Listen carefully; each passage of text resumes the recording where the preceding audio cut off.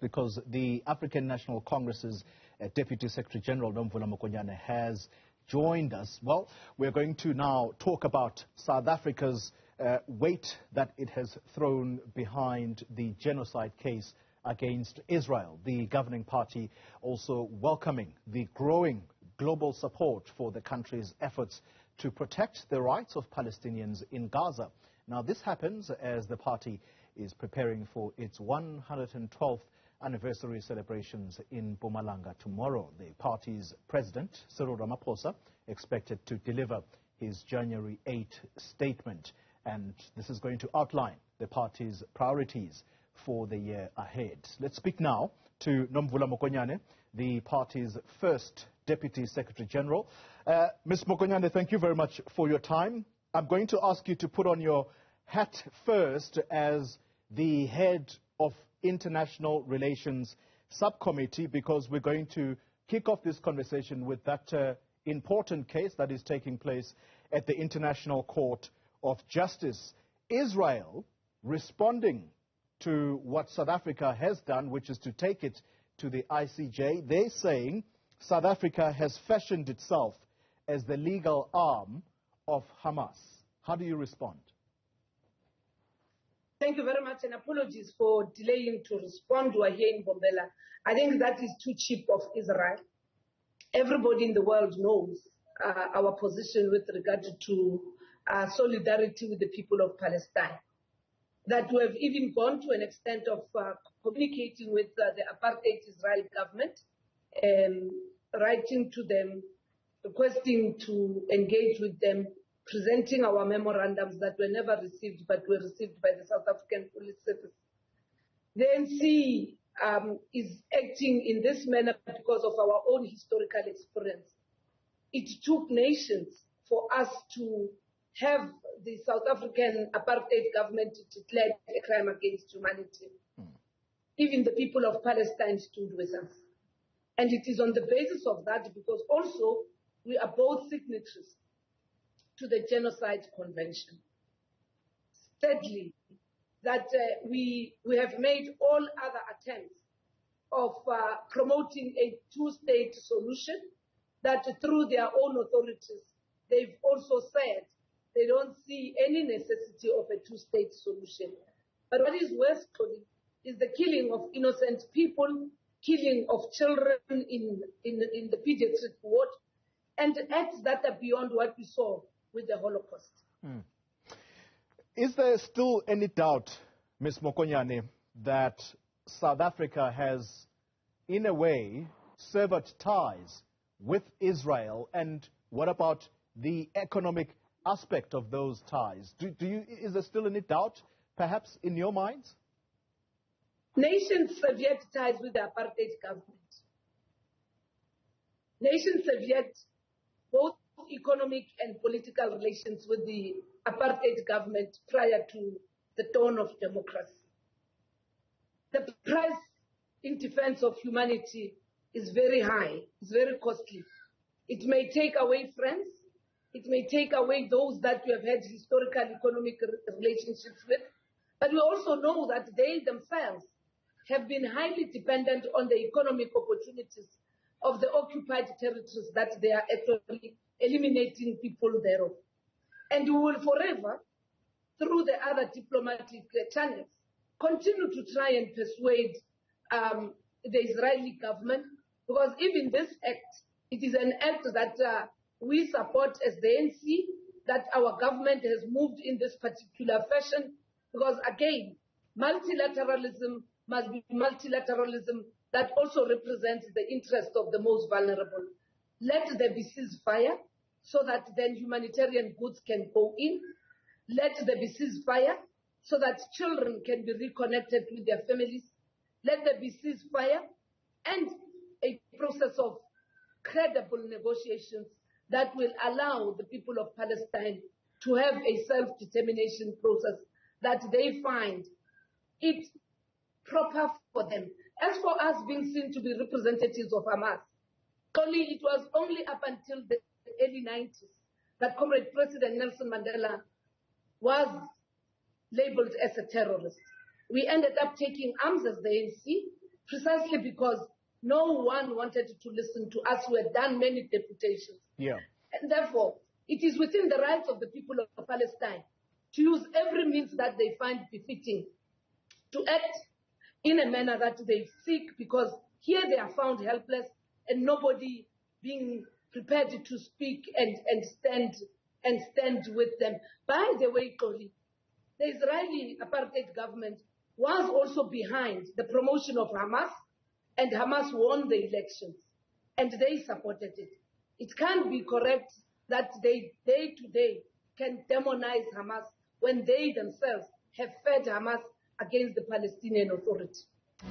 Very good morning to you once again if you're just joining us. Well, in the last hour, we had to pause a conversation with the ANC's Nomvula Mokonyane, the party's first Deputy Secretary General, who is also the party's International Relations Subcommittee Chairperson. Well, she has stayed on with us, and thank you, Ms. Mokonyane, for staying with us. Let's soldier on, and the conversation I'd like for us to pick up on where we left off, but move it a step further, because one of the most important allies of Israel that have backed it not only morally but also materially is the United States. But we also happen to be in a relationship with the United States, particularly economic trade. How do you think this case at the ICJ is going to color your relationship, should it be found by that court that indeed Israel has been engaged in genocide, in a genocide campaign in Gaza? Only whatever the outcome, South Africa will remain proud of the step that we have taken, and will continue to persuade all affected parties to come back to the negotiating table and resolve their differences. As for allies of Israel, we also have our own direct relationships with them, and definitely they themselves will appreciate the efforts that we have been making, including persuading them to get apartheid Israel to cooperate.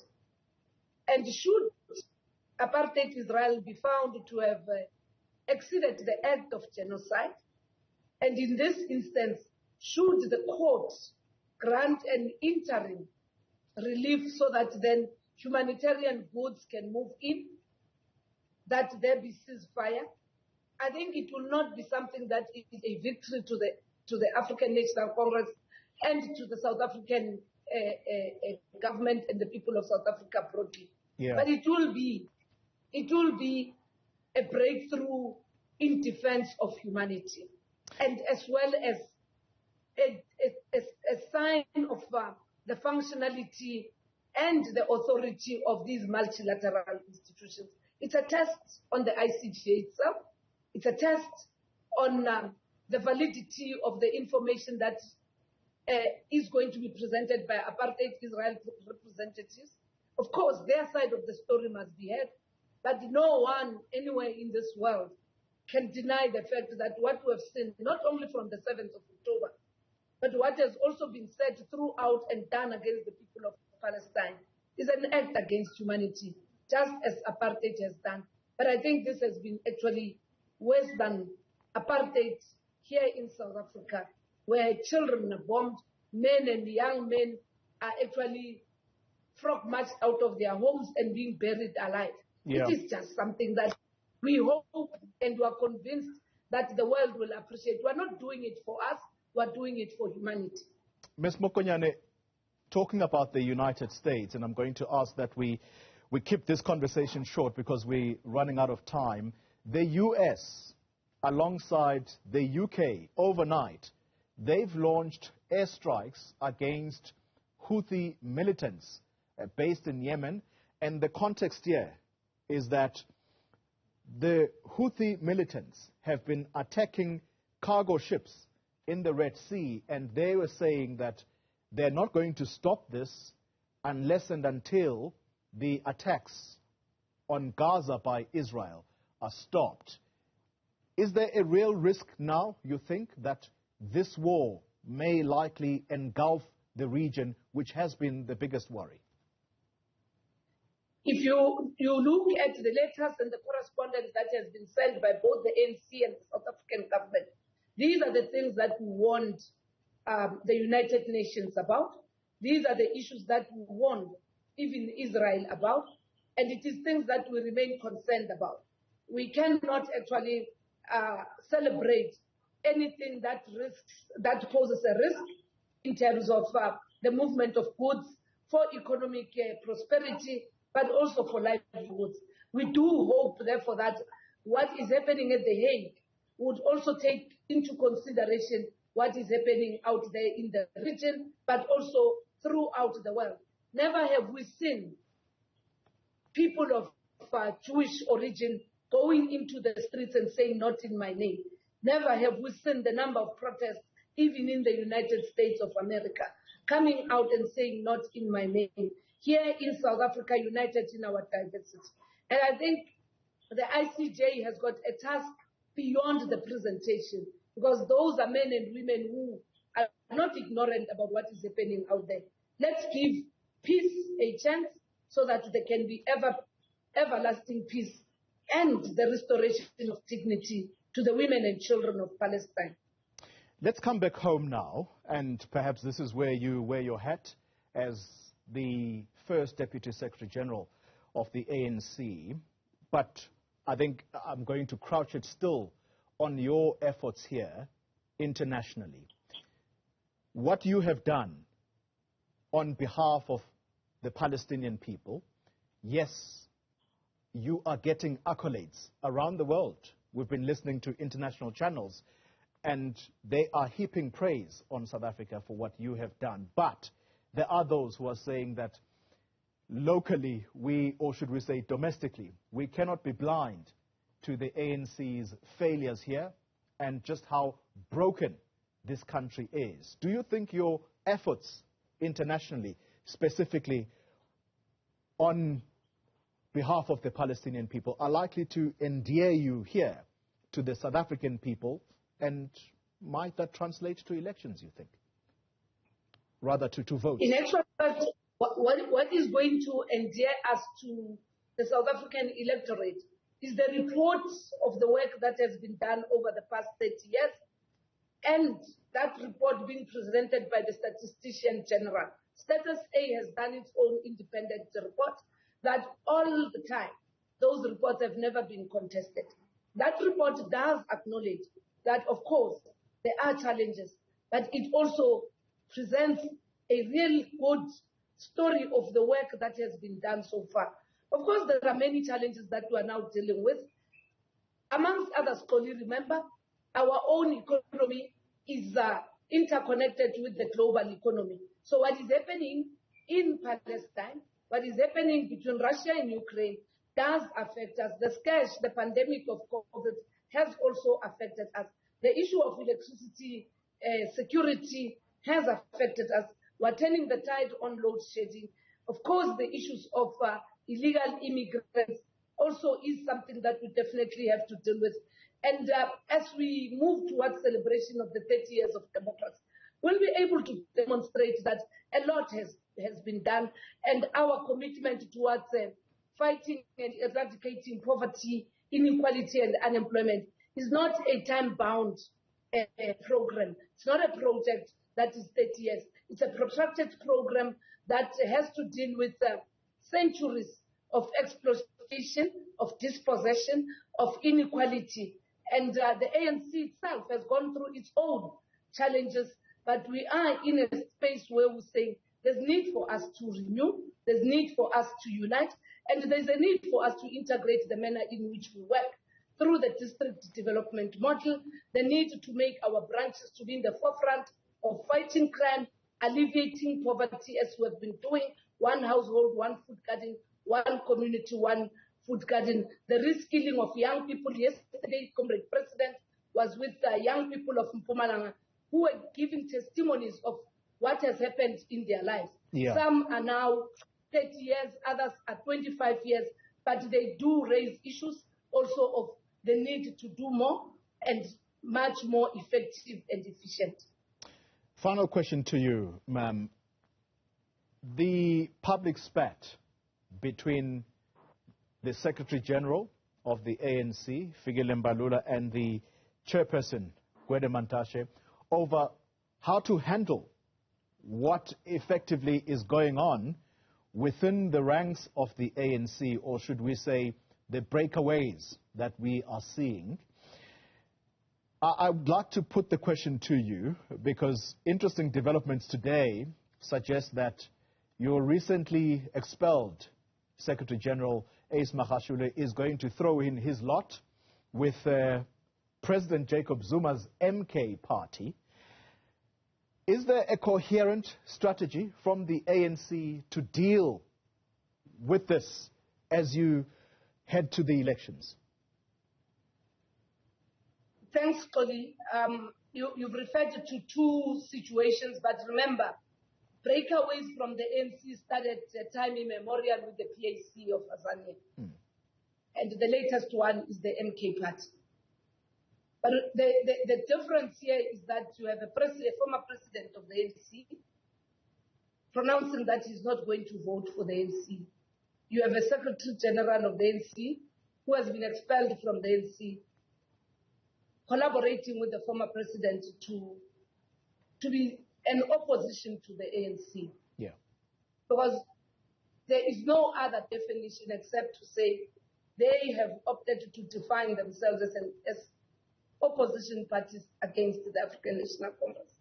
And therefore the public spats that have been seen have got nothing to do with the position of the ANC. The ANC has the best strategy, and the best strategy is that we refuse to be distracted. We must focus on communicating and accounting for the work that we have done, because all these comrades have been with the ANC in those difficult times and challenges. And therefore, what we must focus on is how we're going to improve the lives and the quality of life of our own people, Ms. Mokonyane, rather than us being preoccupied with personalities. Ms. Mokonyane, I'm really sorry. I have to interject quickly because I need to wrap up now. So that refusal by the ANC to not be distracted, does it also mean that how you are going to deal with former President Zuma is to basically say he is not going to be expelled because he effectively has expelled himself? Is that the strategy going forward? We have agreed that we are here in Mpumalanga to prepare for the January 8th statement. The ANC will respond on the issues that have got organizational and constitutional implications. And when that moment comes, those who are entitled to communicate on behalf of the ANC or eligible to communicate, and all of us NEC members will be able to communicate how we characterize what has happened. But there are realities that are there. In the ANC, you can only belong to one other political party, which is the South African Communist Party. There is no way that you can belong to more than one party. And therefore, when that time comes, we will be able to deal with these processes. And the two gentlemen, the two comrades, the SG and the National Chair, they have been spoken to. It was an unfortunate situation. We are here. We are working with the communities of Mpumalanga. We are presenting the NEC statement, including giving hope to those who feel that the NC has not done much, that tomorrow will be better than today. Nomvula Mokonyane, thank you very much for your time. The ANC's first Deputy Secretary General, who is also the party's International Relations Subcommittee Chair.